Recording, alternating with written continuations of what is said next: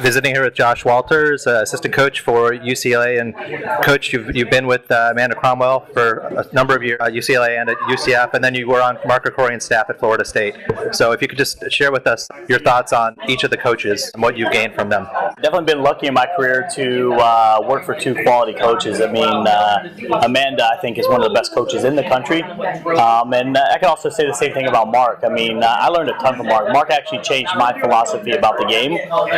Opened my eyes a little bit, and I enjoy the style he plays, and I enjoy what Florida State tries to do. A couple things. One is his view on international players and what they bring to the environment, and what they bring to training, to the game, and the sophistication they bring to the game, and how they build up and what they look to do. I took a lot of those pieces away from Florida State, and am excited about the chance to play against them.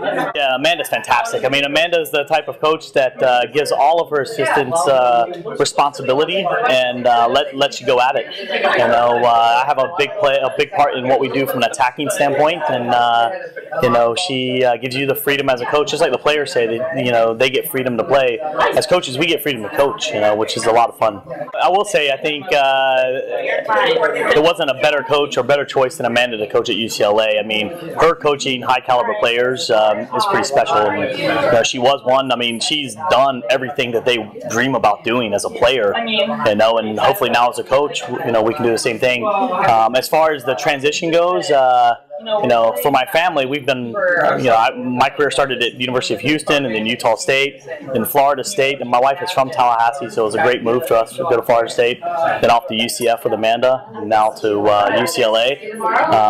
The girls instantly invited us into their family at UCLA. We thought the transition was going to be much tougher. The tough part was trying to understand who they were and what they were capable of doing early on, and, you know, I felt like we were probably 2 weeks, maybe 3 weeks behind the rest of the country, you know, because it was the preseason in August. You know, we were still trying to figure out what shape we were going to play, what system, where players were going to play, who was going to play, and it wasn't until the end of the Notre Dame and Duke trip that I think we kind of figured it out.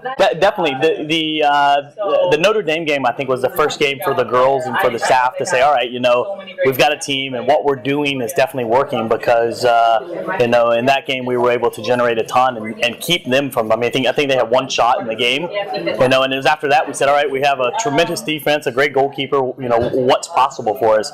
And at the end of that, that grew us all closer together. And then the Stanford game. The Stanford game was the point I think the girls really started to believe that you know, we could be a very, very elite team, and we could get to this level.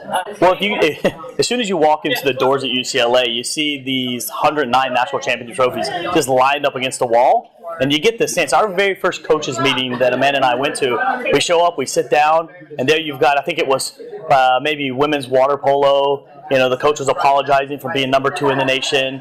And then you've got women's softball, who went out in the first round of the regionals, you know, who was in tears, and she was saying, sorry guys, I won't let this happen again. And we're sitting there looking at each other going, you know, we're definitely not in Kansas anymore. You know, there's a different expectation here. You know, and we looked at it and said, all right, you know, these people in this community support winning and being very committed to excellence, and, you know, and it shows in the way they support us. I won't, from a player's perspective, let's say I'm talking about a recruit or something, I want them to see that the kids really enjoy playing for us and that there's a freedom to play. From an overall mission, I want people to understand that this program at UCLA has been good for a long time. They've been to tons of Final Fours, and if you see in our hashtags and our tweets and stuff, you'll see on mission, you know, or Oscar Mike. That's what Oscar Mike is from the military. I was in the Army for 10 years. And the phonetics for O and for M are Oscar and Mike, and that means on mission. So anytime we were on the radio in the field or anything, and the higher command will call you and ask you, hey, you know, what's going on? You could tell them Charlie Mike or Oscar Mike, which meant we're continuing mission or we're on mission. So we kind of stole the Oscar Mike, and that became us, that, hey, you got new coaches, but the mission is going to stay the same. I definitely want to be a head coach one day. I mean, I was a captain in the Army and a leader, and I went to combat with my own company and enjoyed all of that. You know, so the leadership part I really get and want to get there, but I tell you what, going to UCLA, I feel like somebody has just given us the keys to a Ferrari, and I want to spend some time seeing how fast I can get it to go.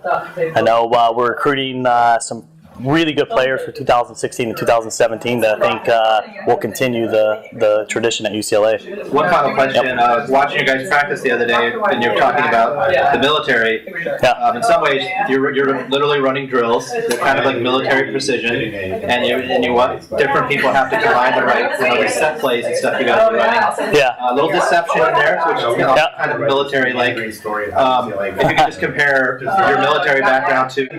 In the military, my official capacity, my last job was military intelligence. So my responsibility and duty was to figure out what the enemy was capable of, and what their main objective was going to be to attack us. Figure out how to solve it, how to cut it off, and give the commanders a good idea. And it's kind of the same for me with Amanda at UCLA. My job is to figure out what the other team is capable of, what they can do, and then figure out ways to counteract that. And with our set pieces and stuff, we definitely look to have some misdirection, have some sleight of hand, hopefully a little bit, and draw your attention someplace else to play something different, which draws directly back to the military side of trying to figure out where they can hurt us and how to take that away. The 6-foot Dagny. I mean, we experienced Dagny scoring the long throw header goal at UCF against us last year in a game that was 1-0. That was fairly even. Dagny's definitely a special piece, and their left back with the long throw she has creates a lot of problems. So. Great job.